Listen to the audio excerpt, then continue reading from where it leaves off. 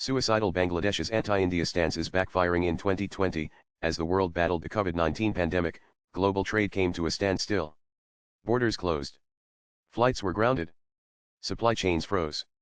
And few economies in the Indian subcontinent were hit harder than Bangladesh. The backbone of Bangladesh's economy, its ready-made garments RMG sector, faced an existential crisis. This single industry accounts for roughly 85% of Bangladesh's total exports and 13% of its GDP, employing nearly 4 million workers, mostly women. When global demand shifted to masks, medical textiles, gloves, and hospital clothing, Bangladesh had the orders but no way to deliver. That's when India stepped in. At the peak of the crisis, the Sheikh Hasina government in Dhaka reached out to New Delhi, seeking help to overcome crippling logistical hurdles. In response, India extended a critical lifeline, a transshipment facility via Indian ports and airports. Why was this so important? Because Bangladesh's own ports and airports couldn't handle the volume. The difference was stark. Shipping costs from Kolkata ranged between 2 and 2.5 per kilo, while the same cargo would cost 5 to 6 per kilo if shipped directly from Bangladesh. For Bangladeshi exporters, this facility was a game changer. For India, it was a favor extended free of cost under the belief that neighbors stand by each other in times of crisis. Here's how the facility worked. Bangladeshi export items were transported through Indian land borders and transferred to Indian ports and airports. From there, they would be shipped to global destinations like the UAE, UK, USA, and France.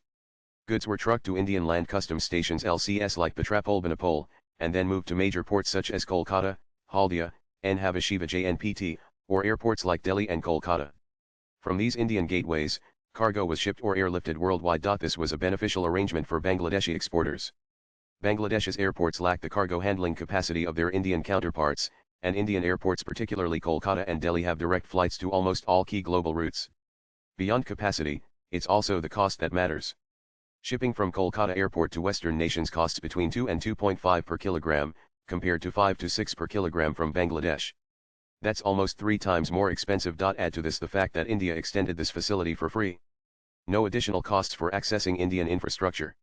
This was not just a gesture of goodwill, it was a diplomatic and economic favor at the highest level. But fast forward to today, that goodwill has worn thin. The very facility that empowered Bangladesh's exports has now been revoked.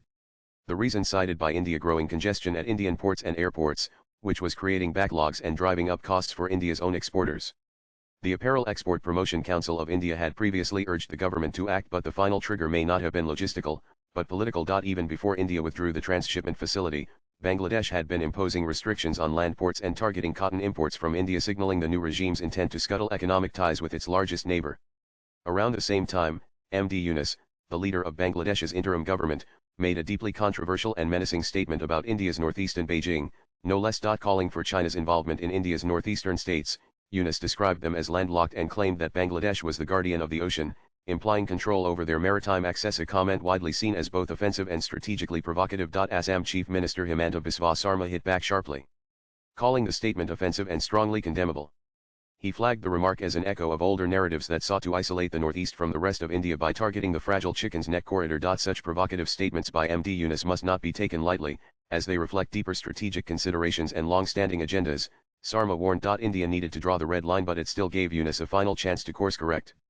A week later, Prime Minister Modi granted Yunus a meeting on the sidelines of the BIMSTEC summit in Bangkok. The meeting lasted 40 minutes, during which India raised concerns about attacks on minorities in Bangladesh. However, Dhaka's version of the meeting struck a discordant note, dismissing India's concerns as social media propaganda and even suggesting India was open to the idea of restraining and extraditing exiled Bangladeshi President Sheikh Hasina, who is said to be in New Delhi. Indian government sources called this framing mischievous and politically motivated.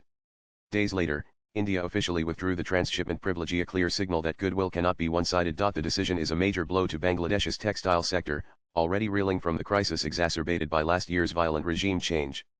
For example, 170 factories in the Bigzinko industrial park have already shut down, with 40,000 jobs lost in that single cluster. From now on, Bangladeshi exporters will have to reroute their shipments through alternative hubs like Colombo, the Maldives, and Pakistan, a shift that will drastically increase both freight costs and lead times. The president of the Bangladesh Garment Manufacturers and Exporters Association (BME), Farooq Hassan, publicly appealed to India to reconsider the decision, calling it a challenge to the sector's competitiveness. Our freight costs will go up. Our lead time will increase. It will reduce our competitiveness. I request the Indian government to withdraw this decision because we are your neighbors. Our diplomatic side should work with India and make some resolutions for this challenge, Hassan said. But Dhaka only complicated matters further. In what was seen as a retaliatory move, Bangladesh halted yarn imports via Indian land ports, citing undervaluation and quality control concerns. The decision drew backlash from Bangladesh's own exporters, who rely on Indian yarn for affordable supply. Bangladesh's dependence on India for yarn is massive. 95% of its yarn imports come from India. The current disruption could push production costs even higher. India was the perfect source, the heart and soul of textile raw materials. It has the capacity to deliver large consignments on time, with warehouses stacked at the border. The quality is reliable, and the price is competitive. According to Mohammed Hadam, president of the Bangladesh Knitwear Manufacturers and Exporters Association KMEA, the price of 30 single yarn in Bangladesh is 3.40 per kilogram, compared to 2.90 per kilogram in India and 2.96 in Vietnam. He warned that this ban will be suicidal for apparel exporters, as manufacturers face raw material shortages that could further cripple production. But will this hurt India? Unlikely. India has several thriving textile hubs, including Tirupur and Ludhiana. During Bangladesh's political crisis, many global apparel orders had already started shifting to India. Indian policymakers, too, are betting big on the textile sector. Uttar Pradesh Chief Minister Yogi Adityanath recently announced the establishment of a 1,000-acre mega-textile and apparel park in the state. And he didn't forget to mention Bangladesh. If Bangladesh, with a population of 16 crore, can excel in ready-made garment exports, why can't India, with 140 crore people, achieve similar success? He said. The essential question now is this: what happens when India decides to aggressively boost its own textile export? 7. If it comes at Bangladesh's expense. For Yunus, the yarn ban may offer an expensive face-saving gesture. But for Bangladesh's textile sector, his government is proving to be an existential threat. Swipe left for next video. From having a friend in India to facing a hard-headed rival, Bangladesh has everything to lose in the game of ready-made garments. India has made it clear access to Indian infrastructure and goodwill is not unconditional. This marks the end of an unspoken arrangement where friendship and good neighborliness were repaid with trust. Whether this rift is temporary or long-term will depend on Bangladesh's political choices in the months ahead. Because, as this episode shows, geography is permanent, but access is earned. Latest blogs.